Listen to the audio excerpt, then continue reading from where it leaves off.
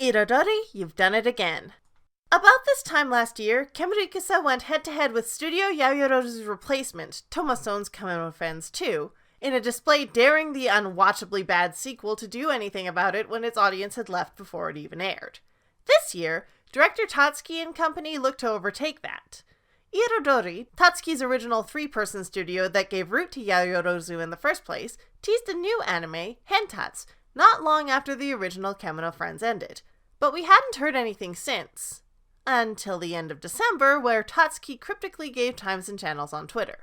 On Saturday, January 4th, anyone who tuned in saw that Hentats was airing short episodes in between shows, with official worldwide uploads on Twitter after the fact, despite not even having been officially announced in the winter anime lineup. This kind of non-marketing, as itself viral marketing, is a risky move I haven't seen since Season 2 of Haruhi. But let's not forget, Kemono Friends was a pretty big risk in itself. With cheap, clunky animation and being based on a dead franchise, it was saved and became a hit thanks to the earnest love behind it. But even then, and even without the CGI or the original game having shut down, one thing stands out. Shows based on mobile games are often either ignored or derided by anyone outside of the existing fanbase. How did they manage to make an anime based on a mobile game and have legions of canon-blind people love it?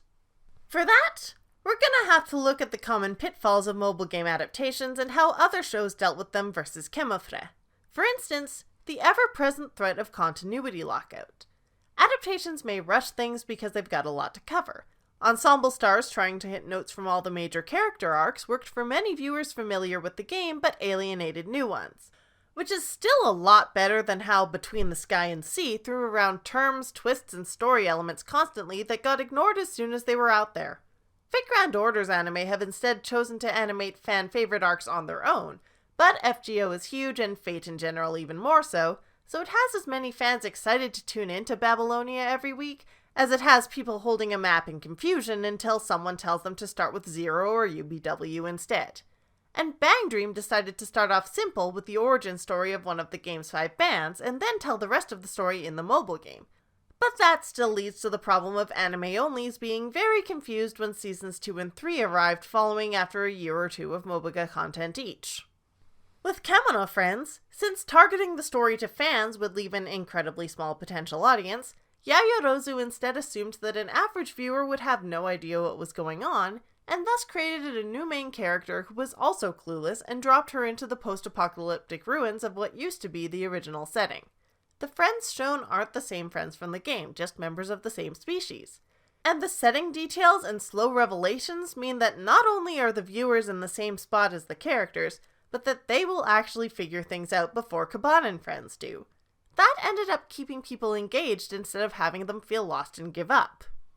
Mobile games also tend to have very large casts, and their adaptations tend to try and cram all these characters in there so that all the fans can see their favorites. This leads to a lot of characters being introduced very quickly, crowding up the cast, and overwhelming viewers without giving them a chance to get attached to anyone. Thus, lots of introductions in the first episode is a marker of a Mobage adaptation and often seen as a reason to drop. We heard this a lot with last season's Azure Lane.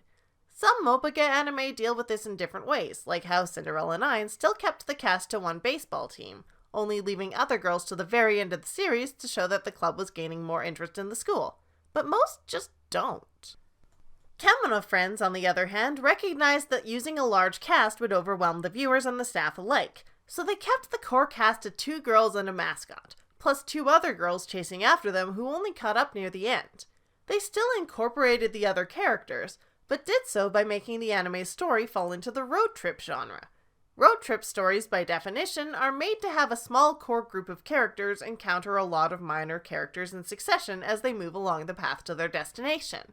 This led to a Friend of the Week formula where there would always be new stories to tell with the new characters Serval and Kaban would meet, but they weren't all crammed into the same location and expected to be recognized until very late in the series, where the viewers had already met them a few at a time.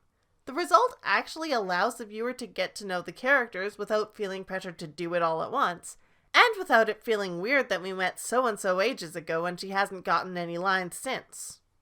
In every new season rundown that every reviewer does, You'll probably hear a lot of dismissive remarks that a show was obviously based on a mobile gacha game. Some more than others. With things like this season's Magia Record and the Fate Grand Order adaptations, such as the still very recent Babylonia, the mainline series have enough fans to simply go, oh, more expanded universe. Whereas things like A3, also airing this season, have a steeper hill to climb for non-fans. But stuff based on Mobage you didn't play isn't automatically bad, nor is it always inaccessible. Kemono Friends was a miracle in a lot of ways, and the people who made it so great look to still have a few miracles in the workshop. Let me know in the comments what, if any, Mobage anime you found fun to watch. This is Secret Identity Studio, and I finally made myself uninstall Dream Girlfriend.